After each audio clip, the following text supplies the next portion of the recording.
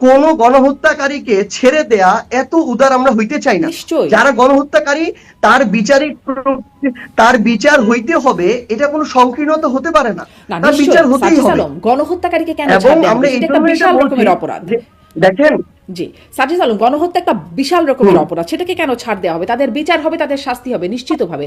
কিন্তু সেই দলটা, যেমন জামাত ইসলামের দলটা এখন রাজনীতি করবে কেন, মানে দল হিসেবে কেন তারা রাজনীতি করতে পারবে? তাদেরও যদি গণহত্যাকারী যারা ছিল বা অপরাধের সাথে তারা বিচার হবে, মানে তেমনিভাবে আওয়ামী লীগের ক্ষেত্রে এই একই যুক্তিটা কি কাজে লাগে না? মানে একই যুক্তিটা প্রযোজ্য না? বা আপনি যদি দৃষ্টিভঙ্গির কথা বলছিলেন, মাহফুজ আলমের মতো যারা মনে দেখেন আপনি করছেন, আমাকে মাহফুজ আলমের মতো যারা মনে করছেন যে তাদের ইমান ফিরে এসেছে, বা যাদের যাদের ভোটার সমর্থক, বা ধরেন এতদিন নির্যাতিত হওয়ার পরে যে তাদের প্রতি একটা সহানুভূতিশীল গোষ্ঠী তৈরি হয়েছে, ফলে তাদের সাথে কি অন্যায় হচ্ছে না? মানে আপনারা যা মনে করছেন সেটাই চাপিয়ে দিচ্ছেন। তারা নির্যাতিত হয়েছে, তারা এতদিন নির্যাতিত হয়েছে, তাদের প্রতি সহানুভূতি এসেছে। না, ধরুন আওয়ামী লীগের অনেকেই তো ভুয়া মামলায় আছে না, ভুয়া মামলায় গ্রেপ্তার হয়ে আছেন, মানে 2 বছর ধরে আছেন, জামিন হয় না, তো তাদের সাথে তো অন্যায় অবিচারটা হচ্ছে, হচ্ছে না?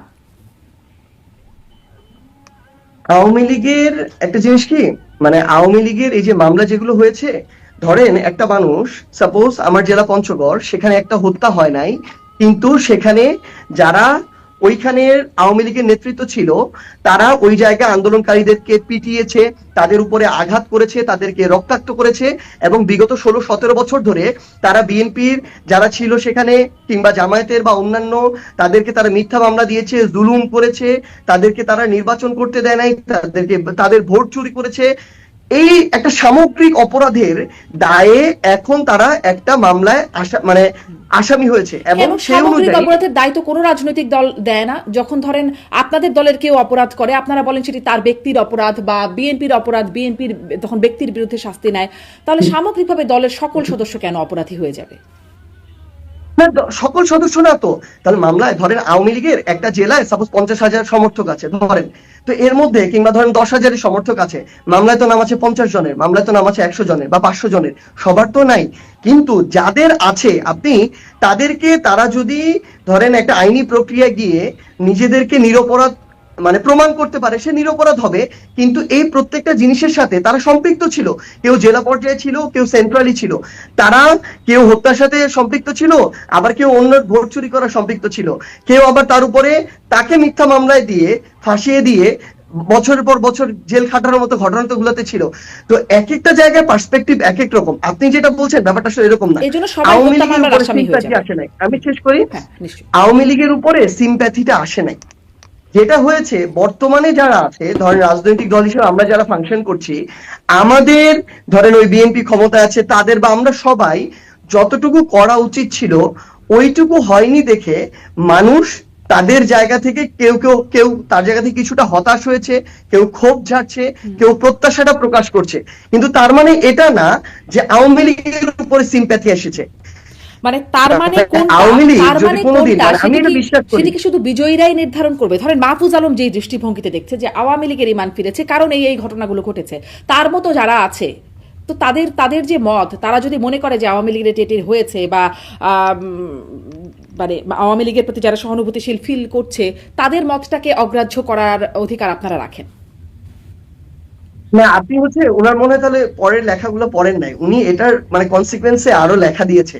এবং দেখেছি। মানে উনি পরবর্তীতে যেটা বোঝানোর চেষ্টা করেছে, উনি এই জিনিসটাই বোঝানোর চেষ্টা করেছে যে যদি আওয়ামী লীগ ফিরে, যদি মানে রাজনীতিতে আওয়ামী লীগ কোনো সময় প্রাসঙ্গিক হয়, তাহলে সেটা আমাদের কারণেই হবে।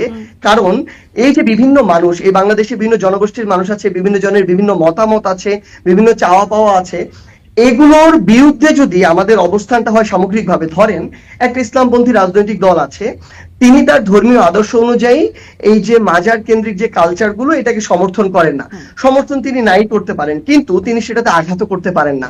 যদি এই আঘাতটা হয়, তাহলে এটার একটা নেগেটিভ কনসিকুয়েন্স আছে।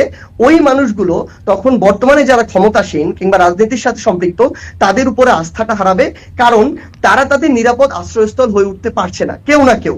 তো এই কারণে তিনি এইরকম বিভিন্ন এক্সাম্পল টেনেছেন। যদি এই ঘটনাগুলো হয় এবং যারা নতুন করে যদি কেউ নিপীড়িত হয়, এই বিভিন্ন স্টেক হোল্ডার গুলো, ধরেন এই মাজারপন্থী বলেন বা এরকম বিভিন্ন অংশ, তাহলে তাদের পক্ষে যদি তারা কাউকে না পায়, তখন আওয়ামী লীগের প্রতি যে জিনিসটা হবে, আওয়ামী লীগের এই প্রাসঙ্গিকতাটা আসবে।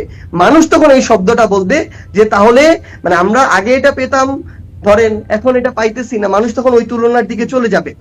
তো আমাদের আগেই যে ভালো কাজটা ছিল। আসলে করতে হবে, মানে হ্যাঁ মাঝখানে মানে বলে না?